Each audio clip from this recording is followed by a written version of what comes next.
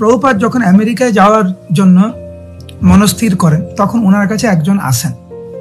এবং বলেন, স্বামীজি আপনার আমেরিকায় যাওয়া উচিত না, ওইখানে কোনো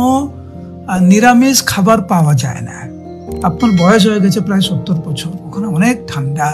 আপনি কি রান্না করে খাবেন, কোনো কিছু পাওয়া যায় না। প্রভুপাদ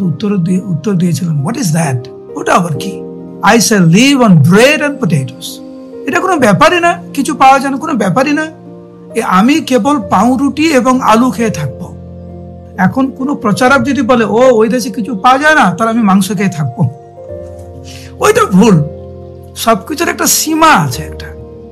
ঠিক আছে, এত কিছু পাওয়া যায় না, ঠিক আছে, কি পাওয়া যায়, আলু পাওয়া যায়, আলু তো সবাই সব জায়গায় পাওয়া যায়, পাউরুটি ব্রেড সব দেশে পাওয়া যায়, এমন কোনো দেশ নেই যেখানে পাউরুটি পাওয়া যায় না। প্রভুপাদ বলেন, what is that, I shall live on bread and potatoes, আমি আলু এবং পাউরুটি খেয়ে থাকবো। তো আমরা যেন আবার প্রভুপাদের এই উক্তি, নারদ মুনির এই উক্তিকে আবার অপব্যবহার না করি, যেন সেই ব্যাপারেও আমাদের সাবধান থাকতে হবে।